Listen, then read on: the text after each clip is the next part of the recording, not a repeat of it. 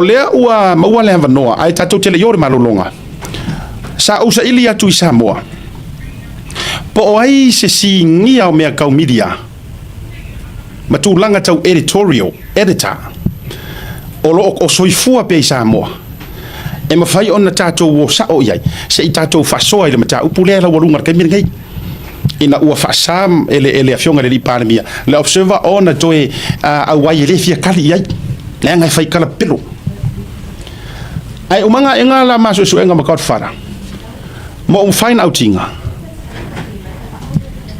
one of the two top chief editor la soifua i Samoa kai miringai savea sano malifa and apulu lance podu to low ice la yai mai singoa ya na ele to na male la ina tulanga wa yesto ina la fionga ya sano savea sano malifa ilona soifua marolo ina wole otoe se la upesene lona mafa ufau le ala la le no reach out tailo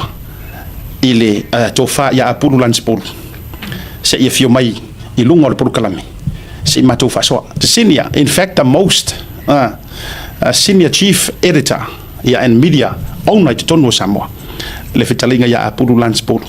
se o tatu to fisiling ya e tu sa yor mata upule wala walunga mai Samoa ya ile Samoa observer tatu fifi fa ilo tu ya ole mo tatu so te inga male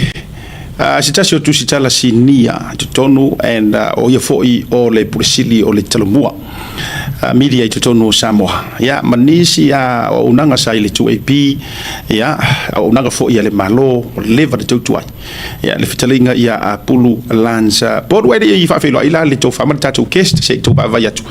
ya fa malo so fo mruia le ya tua fifia ko fa kaso ma o le uso ya ave foi fa se ba bo Samoa alo so fo mo la nimba ka fa Samoa o va ya tu eso ya kuila ureta o ade ya ka GPS we lo ile silme o ke la ro ke mi de western ni pe se mafuanga fa ngale tro ele ya ga GPS ya me fa le sakeli ke go kolosi sakeli ke la ngo go pe ngo to va tu nga pe se tano pe yanga mi ke adwo ka nge fura GPS o ko nge kilo runga le sakeli ke ya no le ka fa ro inge sa fo ko na nga limu sukala me mo inga do nga mo eu que grava com lá será o cara pensando nos fundos só e acaba me ilo no só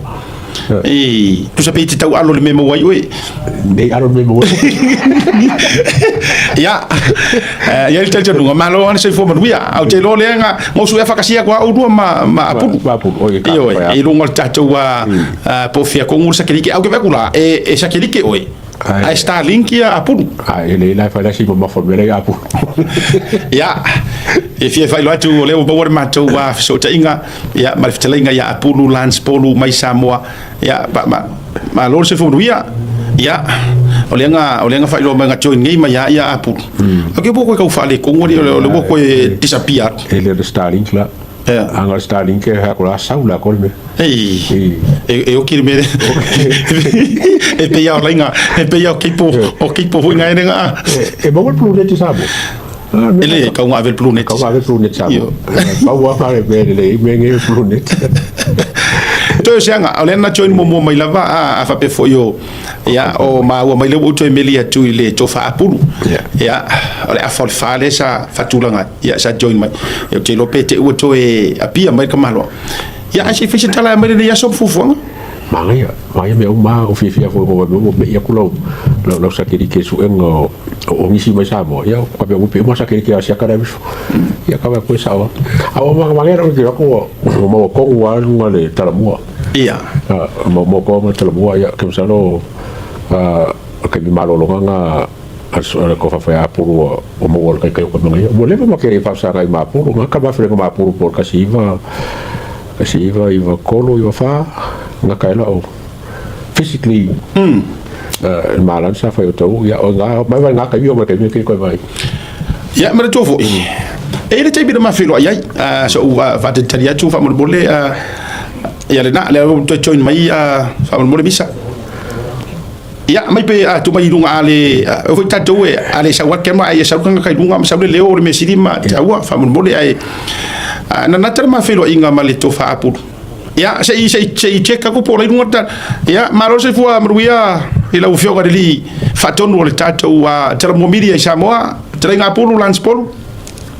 ia o le soifo mau ai ua fionga alo fionga siata o ngal porkalame messenger yo pa inde pa malai pa le sunga ya pe atawa sale la mau mai le ata le te mau atu lua a te le fa ina e tato fa o pe fa ila fa tanga mau atu le ata no le fa le tono fo sota ina ya mato okay ele faina o le a sa pena le misa se ata fo ile ya iluma mo le touch screen mo le tofa apu ai le faina o le mesilio le ai fa fonga tanga taulo si fonga lava le ma o e lava le o suia apu ya faftai tato ya fa volne ya so no fionga sata va pe sunga ya le atawa fie po wa baba ya tolo nei tanga tolo na te lua la le ma lua ata mai nde yaso e se po ia tulanga na te lua fa fio ai nai ale su e o lua mo meo satellite ma GPS nga pawala le mele o le ma fai casa ke dike nga fai o nga su e mai po fia con re su mai ya no le su ma te fale o le su ma te fale no ala nga so ma to pito no fai asi na fale tono le sota inga telefon ya ele fai na tona wa le ya fa te tele le mesili na tau le loto le ato o le manino o ia lava lea wala ngai o me fa pengi e kere nga ami mo me o tangata foi o mai e identify por kakasa o lea o tere fatura a me o tatu tara no ni maliu matula ale yo lea manino o le tofa le ya pu o ia lava lea o ia lava lea o ia le kas ya o le o fa tungal na anasia wole o usanga mo ko ya po diwa ni le tole sunga le station i Itali ni al takitara le sunga ya tele mswaf mutai le sunga ya Harry Miller ya o to ino tele le manga mali ya fa i wala mtala le ya o ia alma o ia le na ya wala ta talmo ai fa maru watu le do mai mo mai fo pa pe fo le mai mo mai le tu no wole ma watu le ta sa e fa no ma ya ma wo se talmo ngal le ya me se ko la sem ta ku la do ya sa no man o tan fa tal tal fa te tele le atato walu fa tal donga au ta pena ye bisa stato wata mo le graphics ole fisili mo lau talinga apu ole mta apu le wala wulunga te bile ni ina ua fa manino ile firinga le fionga le parmia mana mafuanga ua fai ile fai unga le fa tau di sama observer ole fai unga foi lo manino le fa fonga le tulu e mo na fa tal noanga la val palmia ya ma yo no o tu ya na minister ole fisili la tu sa yo lo to mai fa ale tu sitala ma fa ale editor senior editorial ya editor tono Samoa e ia ni vaenga o lape ai le fai unga o fai le fionga le parmia ai a fai foi ele ai pe ai e mo fai ona e fa so mai a o ia ni mafua anga e tawai ona fai se fai unga fa pe mole anga iluma o tulanga o tato nga luenga ina ia reportia ni tarsao e misia e fito tonu anga ilva malo fai tato amater sidilia Papa ya la tan fai tan tan tu nafsi fa meta e bona e sa no asiata ya o se mata upula la wonu ne va yaso ya e fo ile vai vai no ya o manino ma mala le tu ai tu so la fsili ole ola u mana tu vai ole fato fa la inala le fiona di palmia la na fa yung o tonu yai ona ole u fa fonga ma mai mo fo ile tu la sona te lo emera tu stala la so fo la sona na min wala fa mala ya don tu mai lan tam talanga tu ya ile fa ile po la sona fua ela lo mai na ma fuanga ai pe yo ma fuanga ya te ma wa o fainga o tayala ma fainga fa ta oto e pipu yai ma tayala fo ia ma luenga la fa sala ma la tu stala in stepa ma isi fo i tulanga o tu sinatala le tio ma televisi pe tulanga la wale ta sia ona o lo si fia la tu o fa ta autoria fiona di palmia ile em si fia yo kilani New Zealand sa tele antu su singa na fa fo ia le stepa o sa mo seva o le la na tonu o tu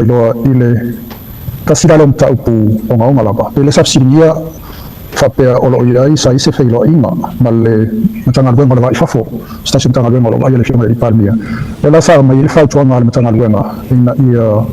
no le fiona di palmia ia wani fa ia fe lo inga alo ia le va malo mata ta isi malo ona o lo tata fana sinase ia pe la mata upu le o le to ia ile isi ripoti le newspaper na sa rumo le fo de le na rumo newspaper fantage na so mai le ka pesa ila le fe lo inga na so ai ale fiona di palmia le fiona ya to rupe ia ma fa lunga o le vai fafo le fiona ya pesta ia ma le fiona ile fa lunga o le officer palmia le tanga ya fili pe la lo to tullo ina ta upule pe ole ona ia fa to mole pe liptia fo ile step e auto se ingal pandemia ta ta isi malo fa to ile na skasi Aita, le safsinia pe na ona ona sona so ile au mai ole ripoti la newspaper na te na ia no fiki ele ise filo ina fapea ia ma ele I filo ina e fiama le supar mi ele filo fo ina le ta I pol fa gulu ngol vai fafo pe la sta silam ta upo ngol le sa tu lo le ripar mi afai ele moni ona fo dinga mai ele moni ele ise filo ina tula mai e ta ona fatina chicho le newspaper ta ona te fa sa mo I fa sa to ave tu la totala ia ta kon fa maru ya tu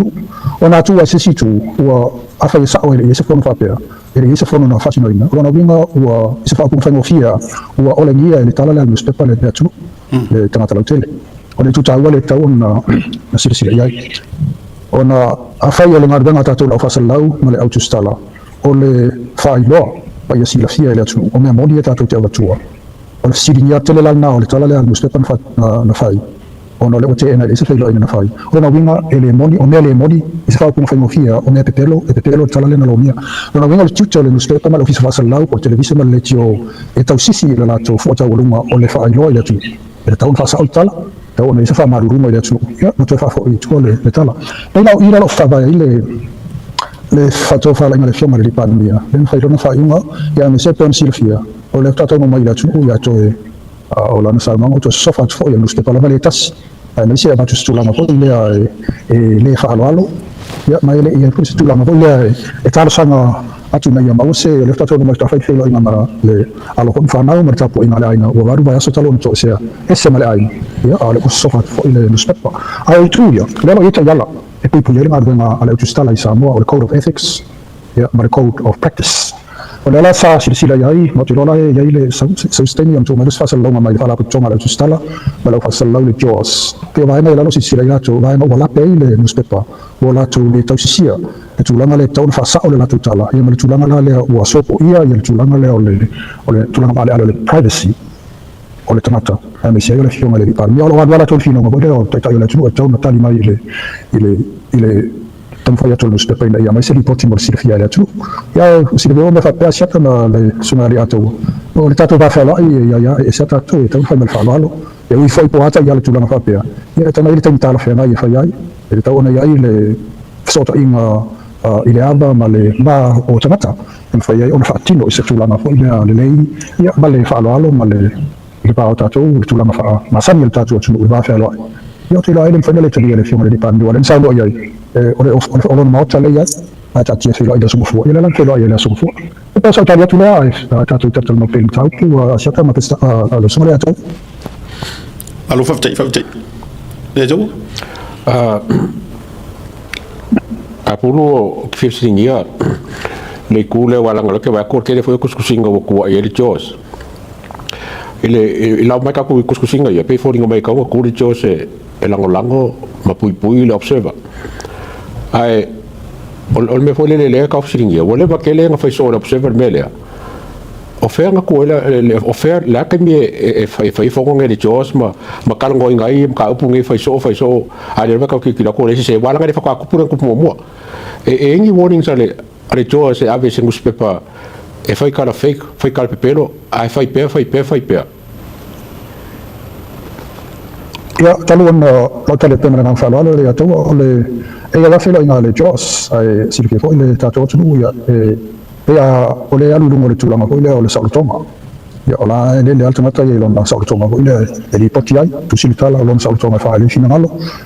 ya te la fa penale in calcule ole chosfo e tata no e na tu puia ya office fa salau ma la tu stala la poeta la tu uma e final venga ma tu tu ile marga ma la tu stala ma la fa salau ora tu fo la tu te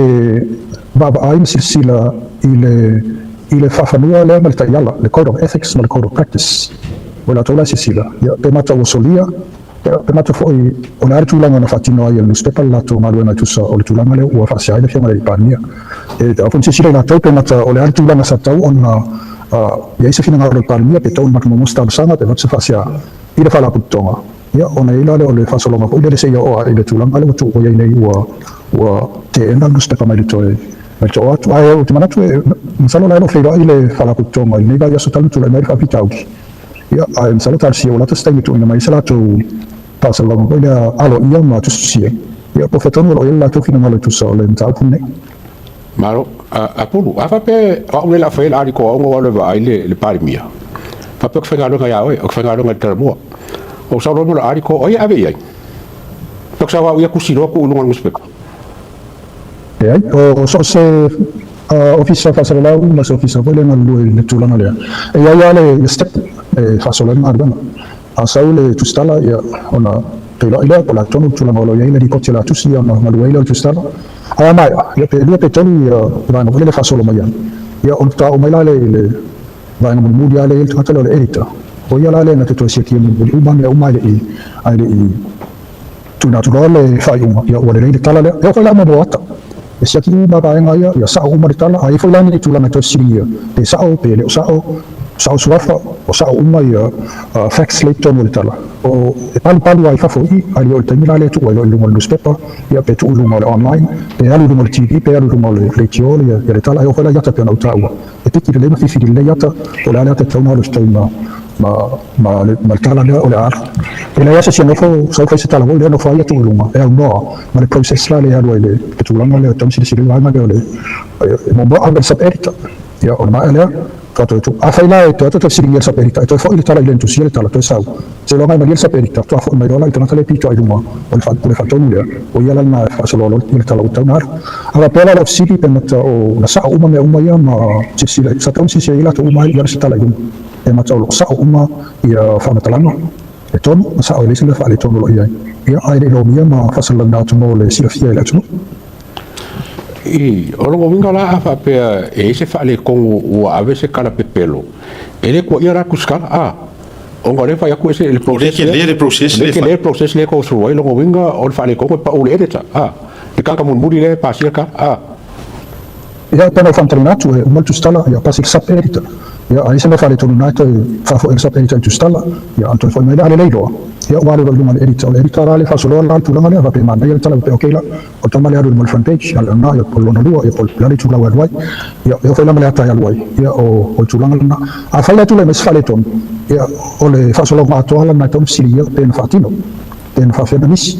pen fa fe ona le sia kia le tu la male fatino mai però ila o silia il parmia o poi se le sa ona fatino non stepa a fa la tu silia fia e le sa o male moni le tala na fa le se fono na fa sa taula na la tu fa fo ia tu le tala ma fa sala tu fa na ruma ile tu e le moni le mentu e peta o le na batu le faciale fa lu ruma tana do na parmia le me fili scem leo ya ai no fa no stepa ile se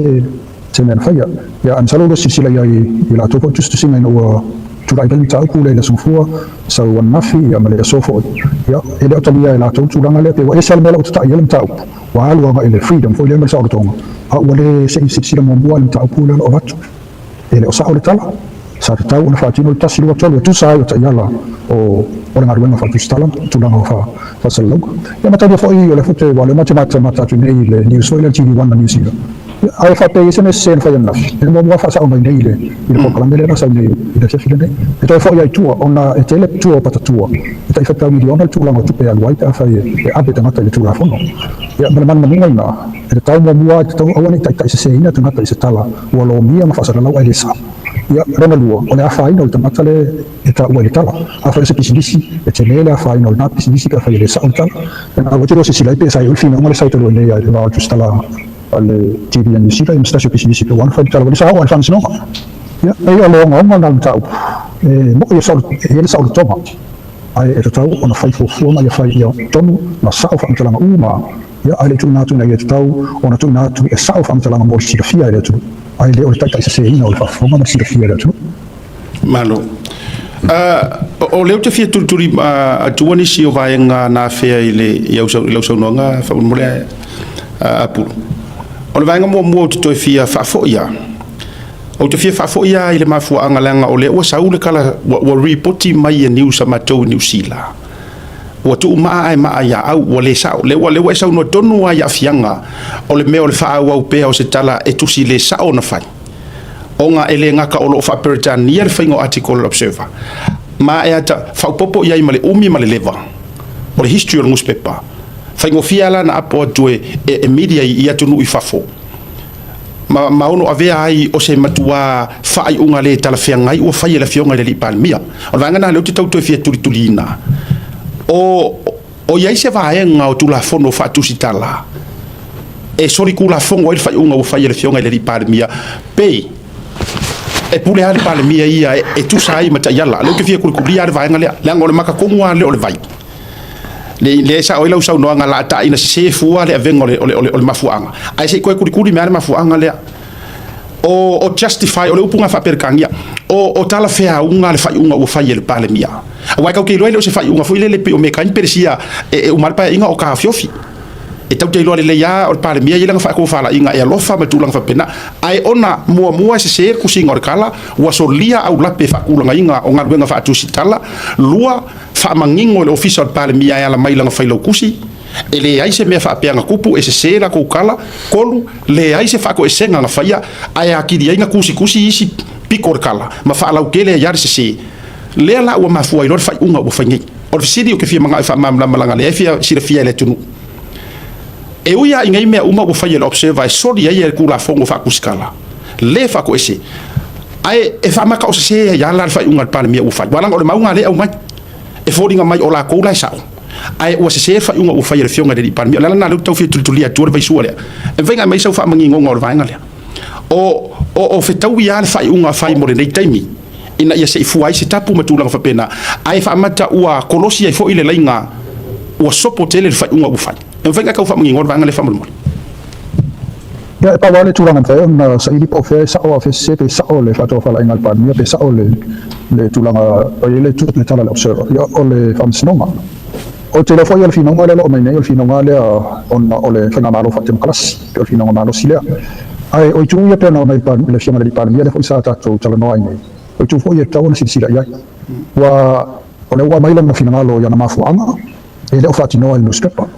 alo te para ia tu foi tu singa mai se la to ia o la fa foi ile o mal malama foi tu langa pena ia ta to tam foi tu le fiore di parmia mai se tangi dan bu mai ia ai watu la tu stala tam foi so fa tu le na mota ia o tu ia e pelo mai la to finama fa pe wa fa ina sa to mo la tu stala wa fa ina le watu sa le mu o watu le si ripote fa pena os foi ss ia le tasi tu stala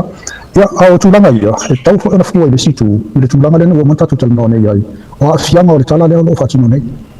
o apena silfia a fai o tu le silima tau sama ale fa sa o le tala le e o tu le silima tau sama pe o tatu ia per la langi e fai tau tamata o ia sa a fai le fa sa o le tala le e fa no mai si so fo mai si to fai tau le sul tau sama lumana e sa o le tala le sa o le melen fai le obsa ai le o silima le sa o le tau na o le tau puleta te tala no ia na o ta yala ia o fly fai no spepa uma o sa wa mata le jo o sol televisi o sol newspaper ya e tu lang fa pe afsiringia e ai le fa mal mal mai newspaper a fa se e sa le fa to sema on on man mai tu ya on ai mo bia fo ia le on ta to pula malo fa temo klas on tu fa ingo fin malo e to tu fa ingo o fa mata la la sa ma ton ina ia fa ia lo fin malo fa le fo so manatu a le ta ke mal mai sa fa mata la mai fa o le sinapsi a tu wa se le pito sili on se tu lang pito sili on fa mo fie lo fiona sia ka pe ia le sumare ato tato te talia le fa nga le newspaper o le faia oni fa sala longa oni tala le sao oni tala pe pelo e tato te fa sala wina tala le moni ma fa matala le tongi ina ia fa tom tono no fa ia fa unga tama tala chele o le fa tau ma fa logo ma mai mo i tala ma li po chele o tustal o le fa auta wal na tonta tu mana tuna tu ia tau siri ia o le sao ma le lei ma le tomu o fa matalanga mata ia tatou te pavaia pe mata mo pe le pe mata la fa ia me foi le fa no tatou le ai ale o tatou tel tonia pe o le faktu na tau pula o le fa sala la tatou la fa sala la tu sta la tala le mon ale la tatou talia o la ok pe mo pe le ai pa wala me atau dia pe pa tau dia ma tu por kalame ma wala ma tu tu ya ayo se ya le tu le o mau le tomu le la tu manatu ma la tu fina malo ile tala sa o tau fa fa tau ia malo fa tai tele ala u to fa apu fa mi no le visuale tato me ia tu le tu langa le o ye sofa le no foanga fa loto I fale o le fionga le lipa le mia e e fou vainga ngai o vainga ia fa paparazzi fo ia le tau te vai ia UK matulanga fa pena e alu le tavale ale pereskenge po le tupu po le palemia ai ka mo e haku ma fe le o tau wofi atu tu tonu ai amata mea ai le newspaper le Observer a o lea na maua mai fa fatala apulu o le chief editor le Observer o stama intia o le isi tama itai lea na alui o le mau mai malonata o fu pai o le sui o le PPC UK ia fatasi lo mal tama itai Observer ayo ia le ngaru e fasingo le fale wai le ngofo kanga ka ese tulo ona ilo fu le o le no fuanga o a afianga o le tau te tara no fa ftai ile vainga sai au mai o a uma swing or soifuanga ka ko ke fiola i Samoa e lawarunga ese a ile va o le va kapuia ma le hava fata e ia foi kai mika kenga ngau fai loka kiuke kulo ai fa nga foi loka ma fa e va yange va i fo me sirsi le fo po fe ka wingo fo nga le la fa ile nei mea ai fa mata ele o la so fina ngalo fasini tanga to level na e edita e own foi la o newspaper ma la media o ani afianga o tulanga la nei pe afa pe o le akele ko inga edita fo ia va tu fa fa ngalwe ngai tato o tanga taile mala mala le tato va fe lo ai male anga nu ma tulanga fa penda o fa bata le a tele ai se lulu ina o le tulanga o le va ta puia ma le fati no ino le tato ngalwe nga fa tu sitala i to tonu Samoa i tulanga fa pe ya masala le tali va le tua asiata o le uta va ya tu le tulanga o suinga fo le o sa wa mo ino si fo ya o va ile tale na po i fa fo ile e fa to ya lo ma lunga lata ya sa o le editor o se li fiti o le intia ya ese la to ngadu o fiti fo yo to masani o sa fo ngalwa ngai fo mai tele no malanga ia e ese ko la to tulanga o la to mo ia fo tulanga o la to ngadu ate o ese o le tutu sama le tulanga le ta to le va ta ma le va fa valo so le sto mai tai le pena sa no me le fa pesa mai le BBC o le no to fa to o la to silam tu si mo me ta o anga ta mata so i fu e ta lo o values o te lola fai o le stati ma ta ile nei o values sa to le si fia o le value ta ua Samoa o le tasio ta to value ta ua o ta mata so i fu o le nele o le whaalua ia ana sisira tu tamaita tala vaulea o le Observer ia maona la ei mai sisira tu ia pe le tulanga lea o la ula fina o le fai atu e te le ta walu e te skaini hoi le fa paparazzi e a fai nei lau ripoti e fai a fai a lau ripoti e matua tutu a lau tala le tu fatasi a le leinta penna e te le tau le na fau ma e a le tam fai sosofan tam fai mis tulanga a le leia tu fatas e te le tau sosopo fua mai tam fai sopo mis tulanga e le alo e nga solia e lo tato va nofo ma le fa alo mi sala pa fa pe o le fiamu pani le tam fai mo mai se fa mtalanga ma se ava no e tala no iai ia pe o la una ai lo fiamu sa ta te foi le lo sumale ato ma lo fa jai wa ya fia le si va e ngala wa lunga o le tato ngalwenga fa tu sitala pulu fa molmol tulanga ila e ele nata o le tulanga le va e to ile atalea a ola e o ma le au kusikala i ko kongo mo ko le pale official pale mia ia malisia fata tel noanga matulanga o le ama te va ia tu ele fa pe o mato fatua sitala ele e ama mai atu lo ali o to lo ata mali walanga e wala walunga tato aloa ia martato i faitanga ia se va nga ayo ke lo anga ma umali atu e fa ya masuki ko kongo tato fa ngale e malulu ai o tamaita i ele fa pe a me o se tala fa i longa tangata ai wa mai tau pe ma tau pa va yatu e pe yo tu mana o miti afu tu lo se e vai toso e o sa mo ele o to la via tato ya tu fo ye developing country o le o tato la via i la wi au malo ma atu nu ngati ya e wo fa yona ai o le so fina ngalo o la u to fa i se il va inga le va e le si press conference no ya i le o te fa tu no ya 3 years ago a o pale mai le fionga sa fa pito na matua yo ufa noa ia o ila e o le sitanga tasinia pe o le news line yo te lo te yo e ma u va ngale pulu matua wa to ma le short te tonu le miti afu ma se vai tos ia male ato e sofa au ta fai tu oira na kamela base tanga ta fa tau CD a o lai sa ai la tu pito i luma ile sa fa inga male fionga sa fa pito matua un no fa fa no ile na so ile le ko respect fina sa no va ngale ola ua tali fa mo fia sia tu la web sinia o te la o la to foi na sila ia la to ma la tu fata wa ino la tu malwenga e ata nia mai tulanga ia la e ya ma forima ai o malwenga ia fa tu stala o se malwenga ele sinia ta o le ua fa o pole o le si lea vaenga lona fale o pulenga malo fa demokrasi o le fourth estate ai ia tau ia le nei fia tau sanga o whainga ruenga ai whaitau atu le tala wele sau pepa pe whanolonga le tio whainga fiana e pikia o le a fōringa o le tala le te whalonga iai pe wha paetau pe tau wha peanga ia pe e toi ata mia whela pe ava i te mata lea po whele sau e whainga ruenga ai pe mo fiana e maitawina ia tūlanga ia ai ona una tali atu e pe e ata mia i le latou ai ma le latou sila i le latou whata waina o le latou maruenga ia matangi ai foi te whaaloalo pe le ai ia i le ngata bo i latou lama ai te whaaloalo i te mata le la te whaeroa le la te talanoa e pe o le o tūna o te waba ai au iai ai te tonu o ta iala lea le pala ple ta iala i le ngā runga patu stala i Samoa le code of ethics vai ese le code of ethics ese le code of practice o lai au fia tūnanga lea ia tātou alo tama awana i le tātou alo tamala i le tātou tū ma le tātou wanganu o le whaaloalo o le ngangana e te tūpe te whawha i lalo pe whai oire te lua talanoa pe tūlanga umei wha pe lua silfia ia mana la ei o tūlanga i lalo o te tonu o le taiala lea ia o mea lo whatan tonu ai ia ai ano tātou ia e o el talastoi o le pe ia sirang o le pe tu kualta ngata i luna i ai o le tūlanga le tiko malo ia tia ona lo pota watu amata ona sau isi whamtalanga mi sa la tō lo i whafo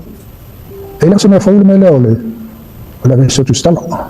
o e kontu mata ere o le tu stala le TV1 o Barbara Driba o se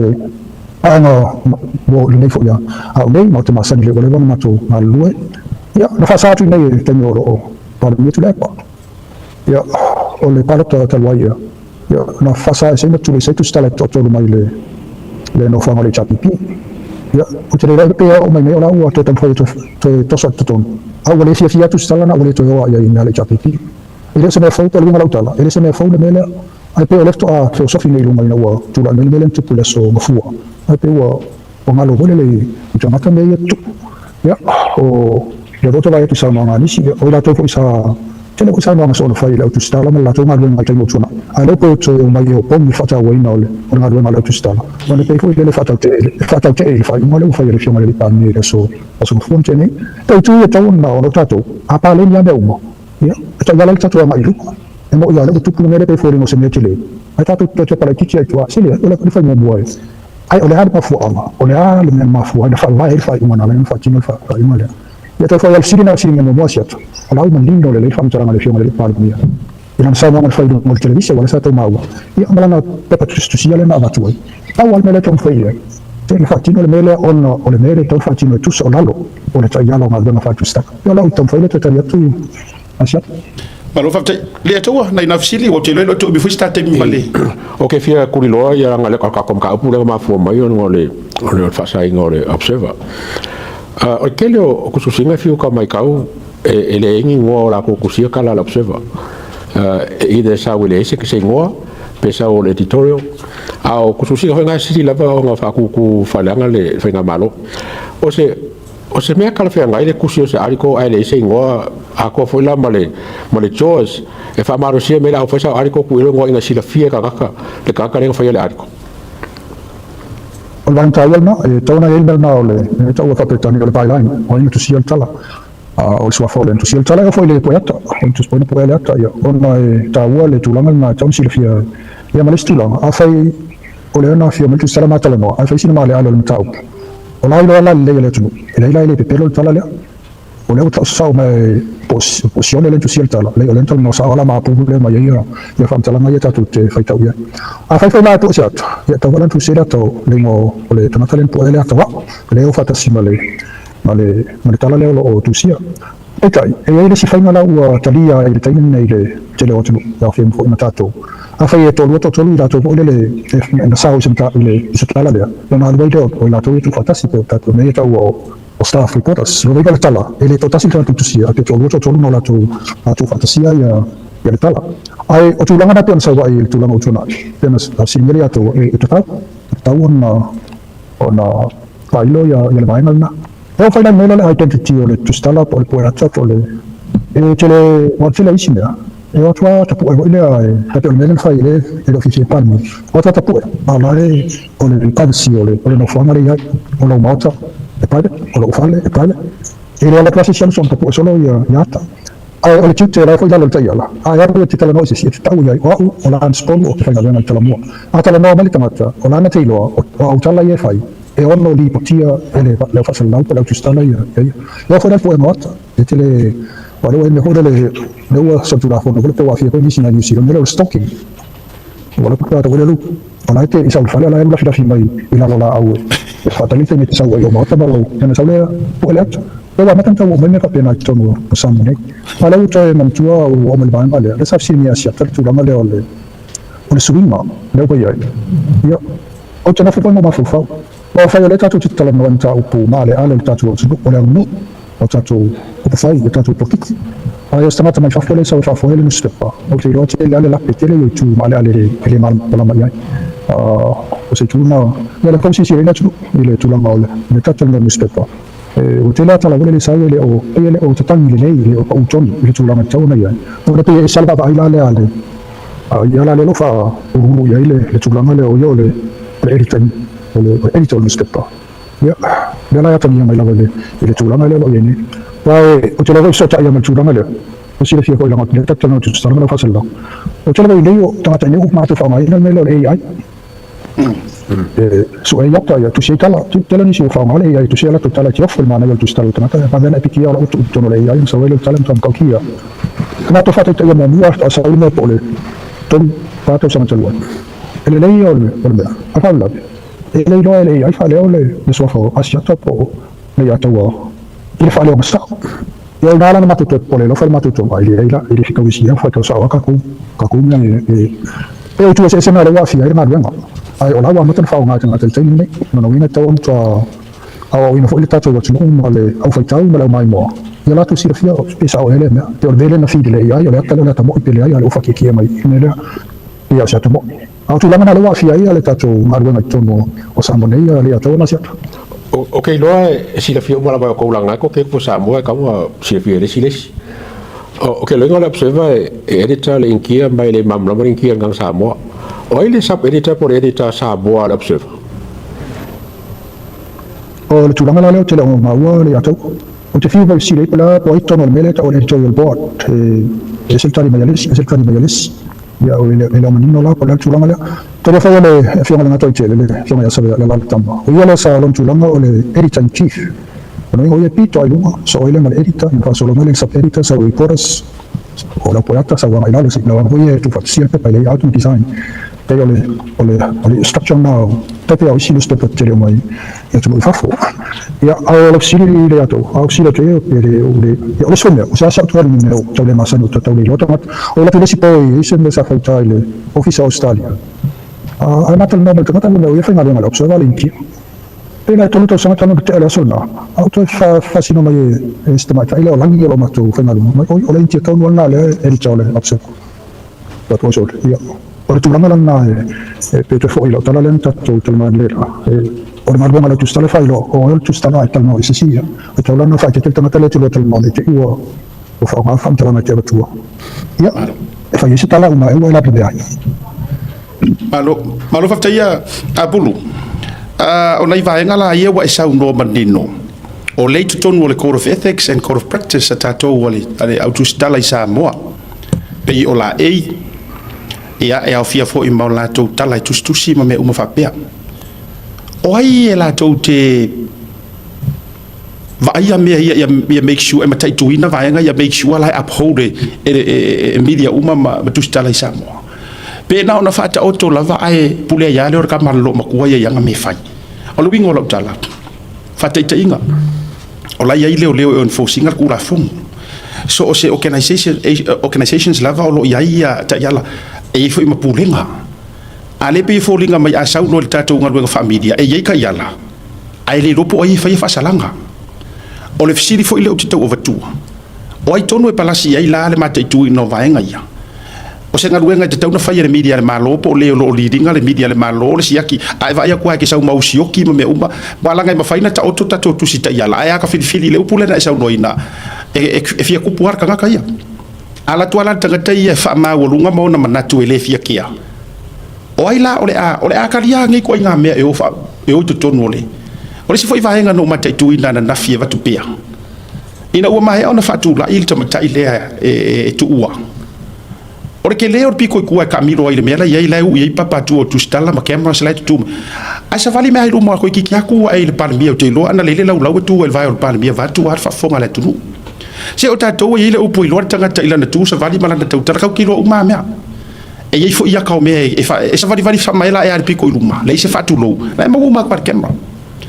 a le winga yo la utala o ai e mafai ona la tu mata itu ina la nei vai nga fa pea e so o ai aru tala le fa tu apu ale mata itu ina e so ma le tu tala fa ali winga le ma fa ko ngoro official palmia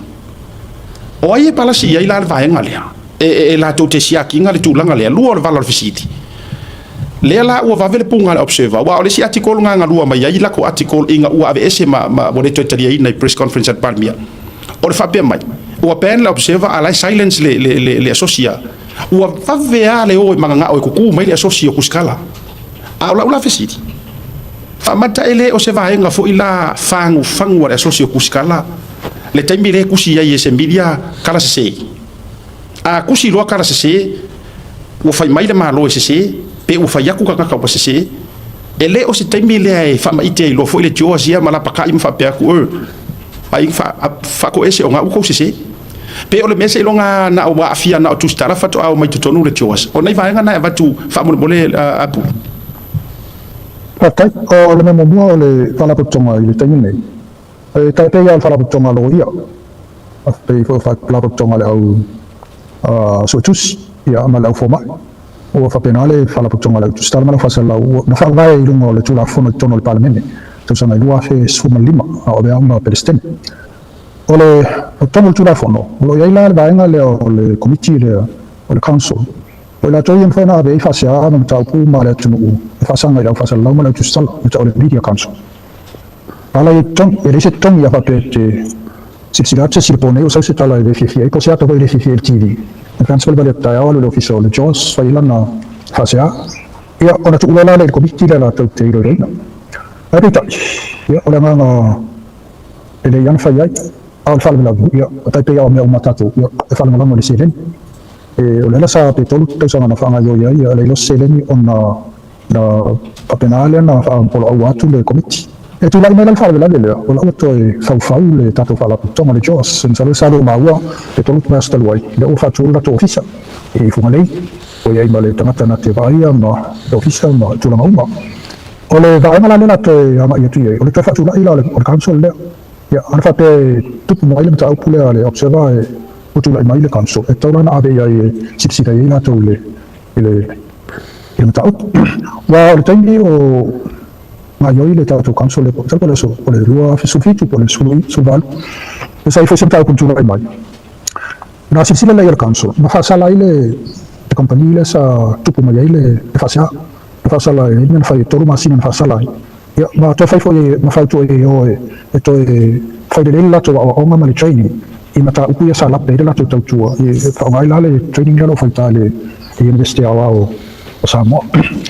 ya o la o to uma ya to na ma o mesia tu sala o to a to fa va o umar fa va o me lo ya ta yala o practice ma le ethics o la lo ya le to o me o le to complaints procedure ai se fa sia o la to media council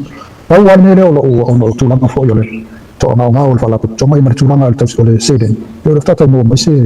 abando pele le tom foi to le langa ya atula me lo fa fita o tula me nei ai o tulanga na ya na ya ava pe la isi ta si complain le fa le tono balle le yo la e yo tu stala ya pa con ale fa sia le tato media council le si la ya tato pa wale me te ro le tono complain se si o te fa pe fa le tono fo di mai in so Ato tulanga na o lo avan lalo ia I le tautonga ato I lalo le tulafono I le me whaina whai ia le menta pena ina ia le lei ia ma mautu ia ma walunga le tulanga I le tautua le tatou whaina tata e sosoni I le tautua ina le tatou watunu ma lo whaptai le atua wa sau fisiri wa ua le wa fisiri whai whamole apuru tatou tau ma vai what can the observer do next o le ale whautuanga le lei e ma fai ona wale waka ko highlightinga ma vaenga ma identify le lape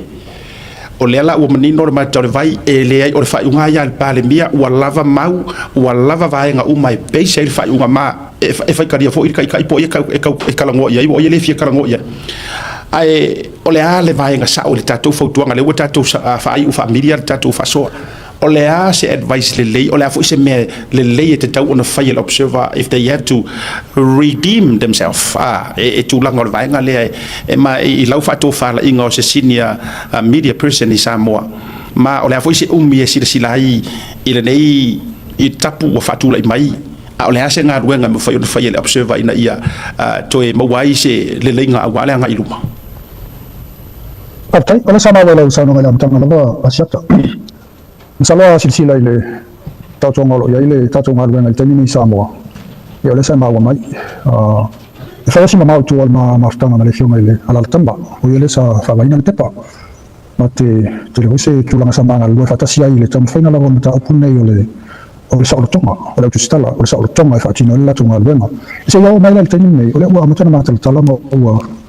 ya tulang fo i o mesa fa ta tani ya tan tu ho tani to filau atun o si tani pitu si nan fa ta fa fa na fo i mo e na venga le nei ai ya wa ngasima sele atio mai a savea ai misale pau tama tala to tani sama to fa na fatasi ya o le fio mai a seu misalo na ro i sila ya o sala polis tama tala ai i lu mai o le fio mai atu ya sau le se te tai ate ya uno fo i fa fo ai ma tau ya lo toine ya sala to au ya ma le fio mai a savea ya malo na fa tu fo oni ya mai fo ya ma u fo i malo to lu no na ru na tele to sama sama tu na ru mai mutam fa ile ya fa ile ya ta to ma ru ai lo to tama tu ya ele i sta tu como fo imela e tenolo par mi to filau ya le sa fo ala mer tau le sa o ya ile le fio mai a savea pa fo il fa tu ya mtala no ma fa le tau ana tau fo ile sa no ngat pania sia ka fo ile atu o fa uma ata pe se fo se tap o la fa uma afa pe to e no ma lama sa se tonu o la ko tu la la fina malo ka to sa bo afa pe fa ta wina na arbu na tau fa tino mo to ino la tu ka to sa bo se ka to fa ya ai fa stala ya ona ale do lem ta fa o mo ya mata no ai fo o am ta ko lo le fin bal mana ma ya ina ya nga ilu mo le ta to tu la usi la fia le muspepa ya tu la ko le fin malo pani ya si fia pa ni tu la mo le fin malo muspepa ya la fa sala ya pe pa na la u fa to ma to suma le ya to pe fo le fio mai le vai mai o men fa ta to sa molta tu pan no fu mer ma fa lo fa yan ta tu fu ina ta tu ya ma fa tu no ta tu ma lo na mo la ma ilu ma pe sia u la fa to ma vai malo fa tele lo taimi e lo telinga a pulu ia o fa tonu sili o le pusili fo o le tatu talamo media e to tonu sa mo fa malo fa tele le fa vanga o lo taimi o no le mata o polo la o lunga de va yaso e o le ala fo ile o ta patu di te ta se fa to fa la inga ala to fa polo fio ka le puli ia awale mata o pu la o lunga dei o popo lenga ma popo enga ina ia ona ole wa mata ona report ya to media mata wi fafo papalangi media nei le wa report le tala fo ile le pe foringa mai wa se ia le observer wa sa ole observer wa le tulanga e au no ma le fa madinonga ole mata upu mai le official fionga di parmia ya fa tai ole o manino Samoa awa ole wingo le tala ia a manino a Samoa atoa matalia uma Samoa atoa ya o le la au mafalama le la au feli ia e uma ko fa sa la to ole au ngore nei fi ma tulanga ole fa mo ole o manino le mator vat ia ta to fai te talo fo ia to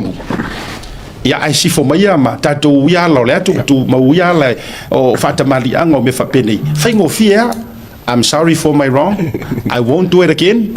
give me another chance ia va ya na umale mali tulanga fo o fa o yo le ya fa tai le dei va nga ole fi malu fa o fa va wa fo so tato o tunu i Samoa tato to so tai fo ya se avano fa u nei lo to fa ya la na wa fa ma ta fi melta to fi sat ya il telefon se upu pa wala ma to fa tai o na no fo o ma wa fa manino fo mai ma to va mi sama nei o ma ta upu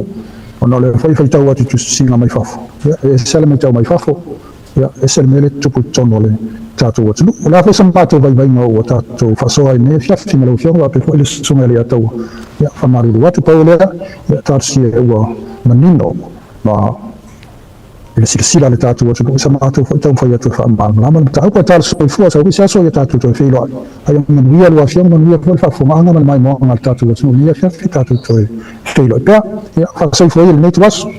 lo fetele tu wi le fia fi fa so fu ina ya lo fat ya o mai ale fa to fa atal no ngambale to fa ya apulu lans polu le tawa ya yo feedback o mai ke le Kalau kako kikilo ele kufa kuskala, ia makako kikilo foi mele kupu mai. Ia, le lau fai fai mal kakala ko ia. Wa ia mal fai unga. Se ale observa. Le wa angafi ko kufa kasi menge se observa. O fasa onga fa observa. Pa wa me say I'm sorry. O me foi wa kilin se. O mai lo manga alo fa le ngalo ke le palmia. Molenga kai ikuskurola molenga kai kuskusinga I will reach out mai ikuskala ye pafo onga mga hole kope lava abai mafa punga fore le fa pe o popoge palmia le vai ngalo fa o fenga malo fa kem kolasi o kuskala so o me o malanga le fa le kokoi abe sa kawa ka kula fai le foco le staff reporters le editorial report fa pe pra ka ko be ka fa ko ai ka kusal ka ko les boleli o e fes ka ko kala male fa ke bat palmia o ke lo me fe ngofia ka la palmia pe fa pe o ko fa pe mai o le o ma ko mai o le ma ko fa ke ma ko kususinga ye ma make sure e sa ma ko kususinga ai ala ma ko mo ke mai mo ke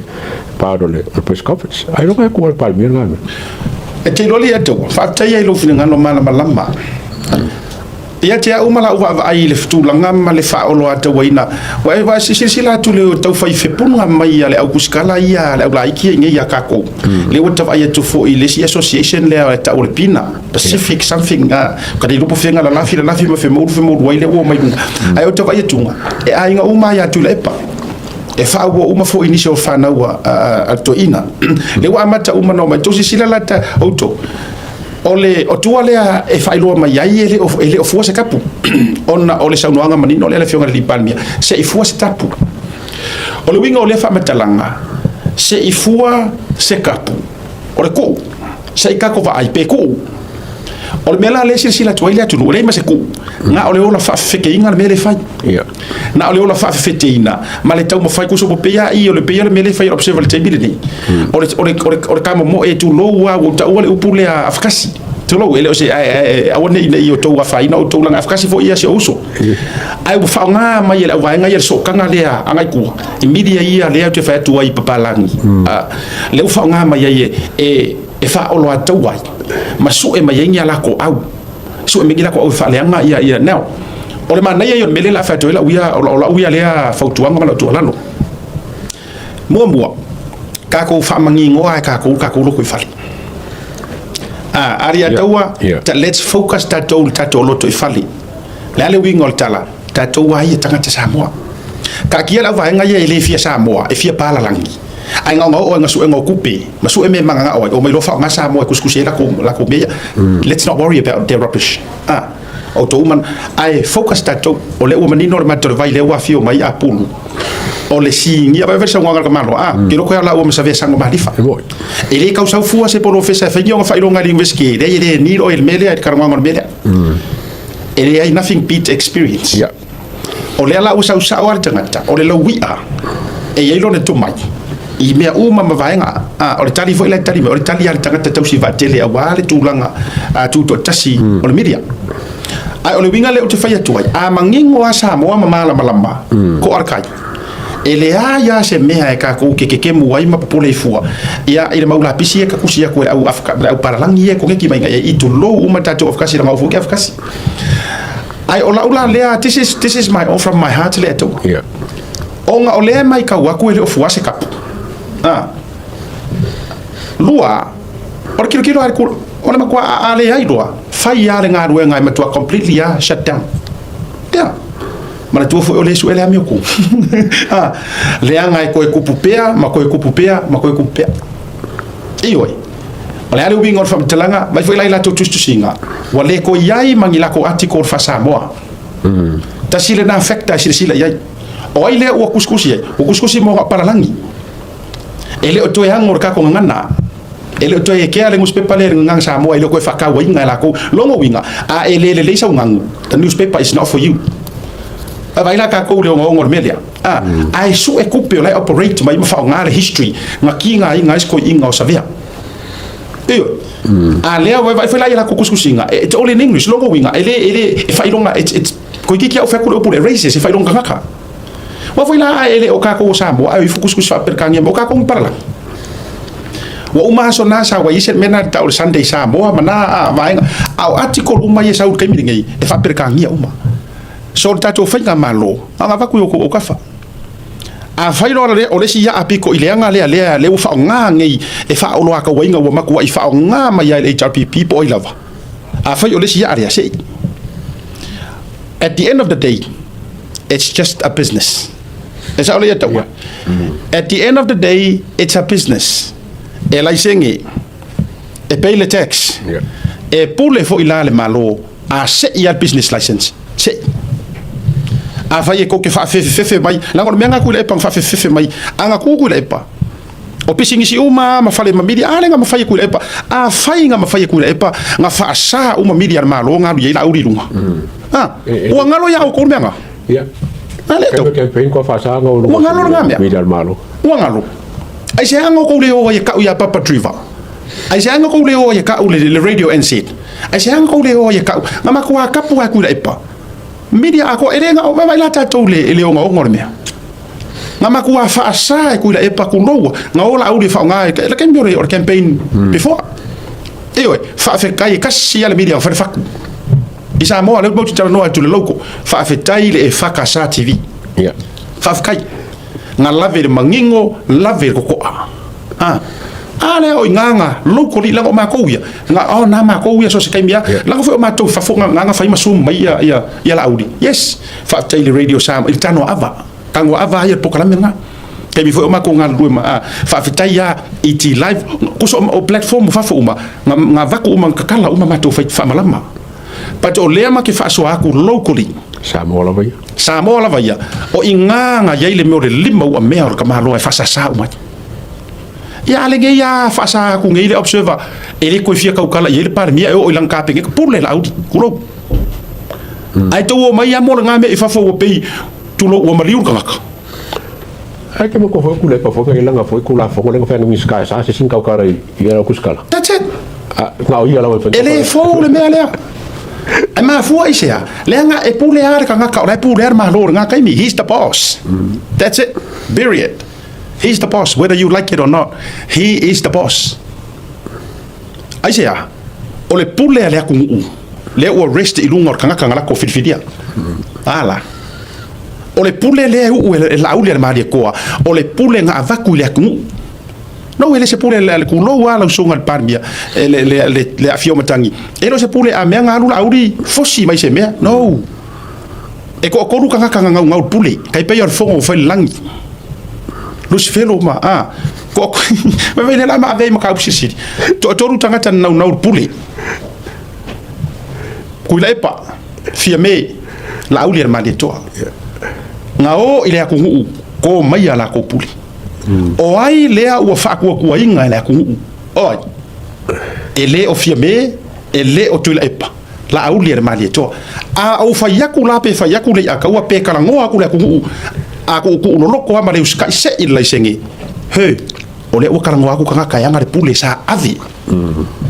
ole pluro le o ke karango fa fa la weteli ba vai la ka kalanga lo loko le melia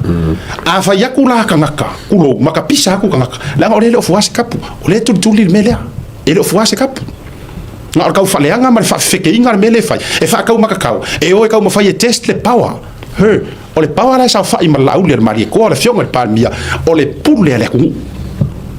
aku ala no ala le ku le palmia wa ka se I male se this was the biggest mistake le mo fia mele atawa biggest mistake sa abuse ku le pa o instead e ka o le pule le ku la lo ke sa fa a o fa mai o le la o la pule wa ngai la ma ku yu o le ku ai ya ko ila ku e o le fucking o ku le o le wa matua tongi ai lalo ele ku fo mai ku o se bang fo o se bang fo ko kere pule la ku fo nga o se ka o mai ni ro mama o menga o ru ainga fai ro mama o ru ngu fai menga a ko si o ko ru ngu ai le o mai I ke ru fia ku pu ru mo la ku o sei mai ka maria sa wa sa fai le nga o e ke la nga leo la ku le ka nga me le to o nga o lo nga vai nga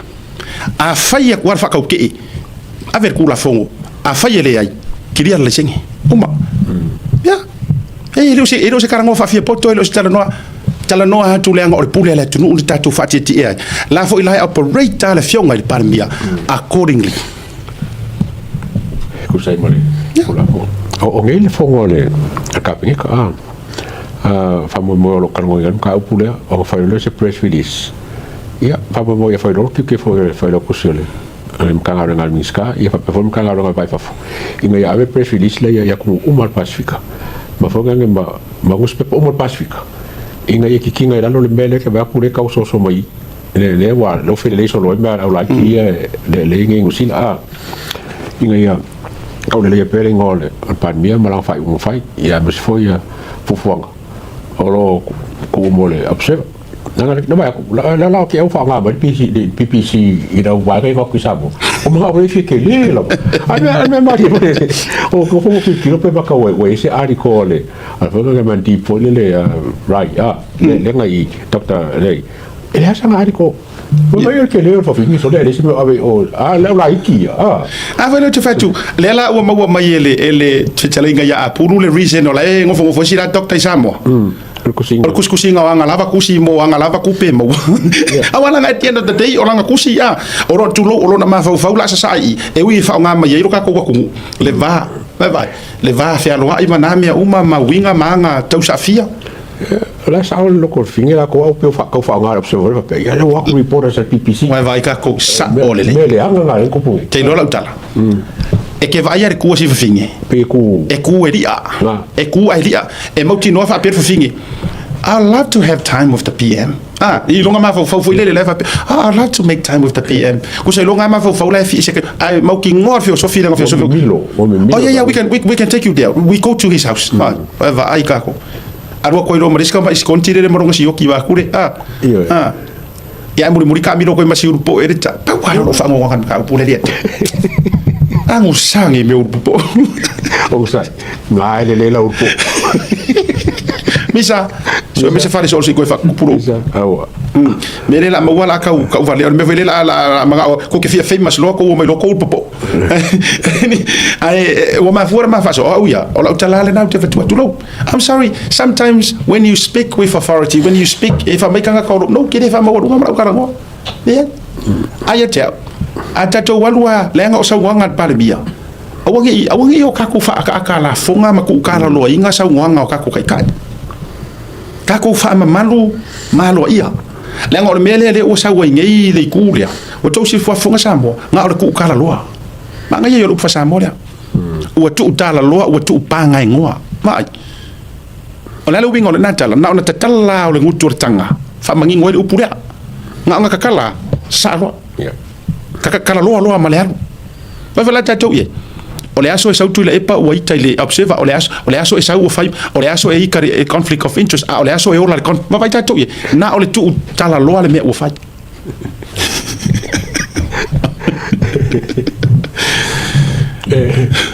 o le mea ke fai o la audio mani ko e fa aloalo i mankala a ke fai ako upu e fai kankangi o ka ufo e fai ka fa aloalo i akula e pa ma bai mani fa aloalo e le fai ka ku ngo inga ia fa kalanga le sa o ma pipero e ka kanoke e ka kawan ka kalanga inga la ko isu fia ma inga ia ma mala ka ka isu ia ka fa mai kule pa ma bai ngale e te sira fia li atawa o le ala le te sira sila i le te tai fo ile le sometimes e afesa ukala isi asu yo HPP mala tonga ngana te se fa kwa sia ukama kala le vai ngale po le aso so disagree te le te mi sa no nga fono toi but because of the language fa nga fono toi e le o se ngana i kai ma sa i mo so ai ma tu lo ele tu fa no la ngana ko se pero fo baru le mori mo era ai tu lo foi fa ata ole bingi ko fe ko ai se yo tu fa fonga le na no foi le ko alua le ku le pa mari mongi Ti ko dua le lu te fa tuai. Ele pe ka ku fa wo ko wo. Ele ai. E makua ka fa i paku. Ele e fiu e minoi solo. La na no fa yatu. O upu uma tu lo e sau no mai ai. E o upu ele ai se file mu e mo moli mai. Ke no e se aso se o tau fa pia, so tau no fo te fa pia. Le la se ki ari mo ngi yaso. Ia ngakala. Okay la le la fa to amana ia mai le o tau lo. Ia wa mata ni tala no le fa fia lo. Io ya me so la ngana fa tu o fa lo. Se ka fia fa penga. Sa o ko ia fa ka fia ku. Wole va no tafia manau. Se ia singa kama ia nga po le ase se fa kala nga se sa o fa pe ai o ka fa ku do sole. Le to. Ai fa lo ngola le. Ku malu ka malo rimon sol. Wole ana me dei. Ko kia. E ki no. Okay, lo ele fa nga ko wole le isa. Ala winga fa ngala kala so ka isa ka.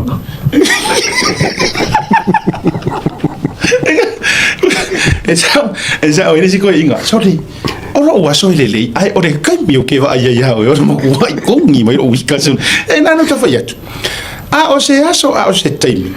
Se isa we fai me singa kala. Pe foi la le lenga ro ko ko ngore fa ka ko ngare ka fa ngi.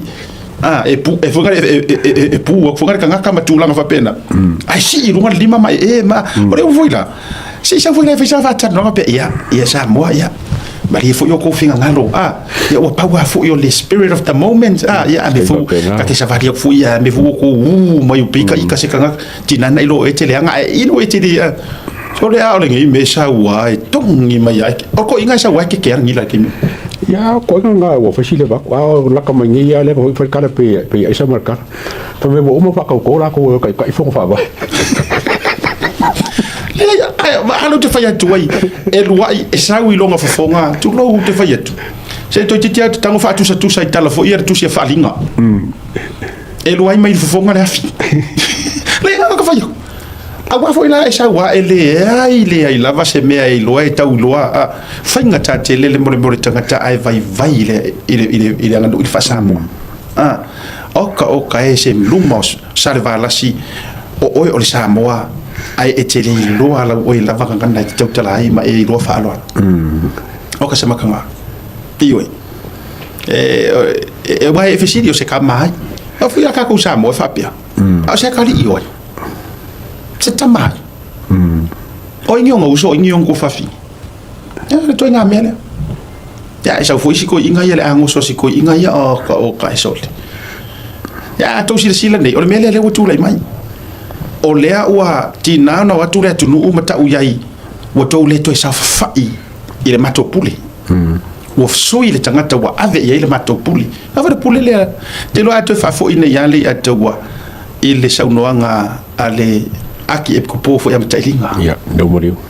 e to te sila fia auto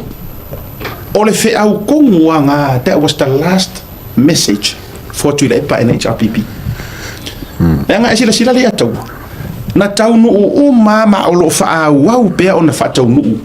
leina ma vai leina o sa wanga to e bantu fo le silengo sa wanga da ke kopu e pe ya falling mai atau mo wa sis we mongo e mana tuala o le sa wanga nga ma la nga mata ilinga ala pati lui mata ilinga kusa o inga kongwanga fa ka o ko mai ai le before le now and the future o le HRPP mo le pa mo ya kusa ole la ka ke va ya tu masila tu sa mo le sa va dinga le fangi ai wa o manga fa ka o ko mai ile sa va dinga o ko fe a wanga alu ro arpaki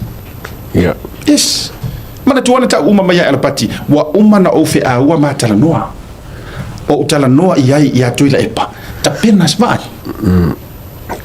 ka penga sesi ai sili lo fa ma vai ma malu e mana to ba vera u por o ko ngofo ngemo ko fa longo pe ali ato so le that was his life ko sa olanga o le fucking nga kong wanga olanga savalinga pe anga usika i long kama fa lenga da ver kara ko inga ave e fa ma vai le taimi le nei ai ave le malo te tai e te va ai mana tua pe le atu u nga ruenga le vai wa ngila me ngai fa yo ngai pa yo ko mafa'au le tele ai sa mar kama ifasi palo ngare ale to ina fa mai ai e pe ia falling mai atau mau sei ia ora la ka kilo i me ia la maka ka mau kile ka mo foi que man miska ho le fe ho ya pa le miska ho ia sa ka fa ka mo foi le ka o ki ka le fa ia su ka foi o kusi ia pe sa ka me ilanga kali mai alo mangingol makal ba dengar ni o le la fa ka mo le palmia o teléfono fa le con le so kusi o compagnie foi le ngi usila e la compagnie Samoa e fe ngar me Samoa yes e fe ngar Samoa o le la ka mai ko kala palmia e wa ko o kika mengi langa le no ka ka ngele ale fa mo e ku le fa mo mo wala o la mo fia me de ko nge le fa mai e le se me la mo ko fa me o fa nga me ale la mo ko ngele le fa nge ka ko miskalia o le sole le a fia le lo pe fa mo la ba sa mo e o al compagnie le so nga kus mana tu mai le a tawalo fi ngalo wai e ui le ai ma se vai nga sa fo ngor mingiska a me ai fa pe mai tulanga ia se fo ia tanga ta ai fa fo fa sa mo le nga ma fa si di ngor ma program o le mingiska fo ele pe ro ala ku again o le pule ala ku le nga fa ko ngai io o le wingo le tala te lo le ato tatra no fa lo to fare ko e lucia lo in kale si le mere la ka ko fa ka ngi ina o tali le fio ngal minister e ile la official sa mo te si le fio nga look forward fa pengi the result of forensic you know now Samoa tu lo le afia for to wales lo ingalesi si wales ma fo sia a fa yor compagnie ngi ala ile la pe ma ko le la fa yetu o fa te inga sawa ma to nga yu lo ma ko paralang o compagnie le ka ke o yai o le blue wave le main office ngi ayer ma ko la Samoa si la mai e il filipino ieri le cubar le tuvaru le mo che le fenga bene I ma kana ele Samoa ala wa no fe tuar jalalia se o ka ko ieri mo afika le ngai asar faiva ele asalia le masalo ai mana tu mai fo o le administration lenga pu lenga kai kai mai le vaenga fa mai kenga le o vaenga lenga ko ke e palmia ko ke e laude ma to ke e fia me ke e ai Wayne ke e ai ono ke e ai malau ki muia aku yanga o ngai ngoa mo ngai kai ke e ma fawalo o le ala le tu pata tu nei mea e fainga ka ko kilo se si fo I va nga e fa ma dia ngai me umangi pe fa pe o le ingi so kanga o na wanga fa so ai ka ko kulkuli makai pea it's not the end of the world ele umai ku pe ka ko pe fa pe ko umai ko mai le ko kongia ko fai ko fa mal la ko ilalo la ku pe ka si wala ngale fa me fa ko fai o le ko bo ku la vai sa ko ngal palmia e yeme fa ko o kika va ku me sa me ngi pokia ko fa ele puro fa vale palmia generalize le fa ngal fa ngolo kika lo winga o le au ke lengo lipoki ai lo specific I men fa ya ko e fa ngal o kika pe la wala le si umule mai fa kilo mika su family nga ngal Mbra ba le penga ro se ka va le mbra ba le fu kasi million nga wa mangisi lo nga la ma malo inga ia specific lava inga ia fa piko lava le ko le poki le media inga ia kirkiro e mai ma fa ke perso so ale fa me ba ku le poki no nga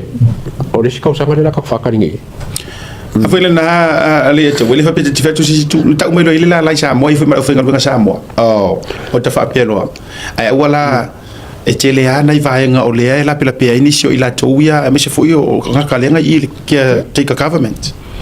asi o tatu tu mai we've got 5 years lima tau sanga kwa ya le si me ai fai mai e tua ya ai fai mai le tulanga ole o tatu tele noa ma fasi fo nei le tulanga o fasa la lunga ma le va o tai tai o tunu male o ata nei lo va yetunga ile video I share my na ya wo my America mata to followers America ya if I did tell about the video le lunga ona ole I motusia ta to por kalame ai madua I fai Trump le ofe leta mai tai le media le ABC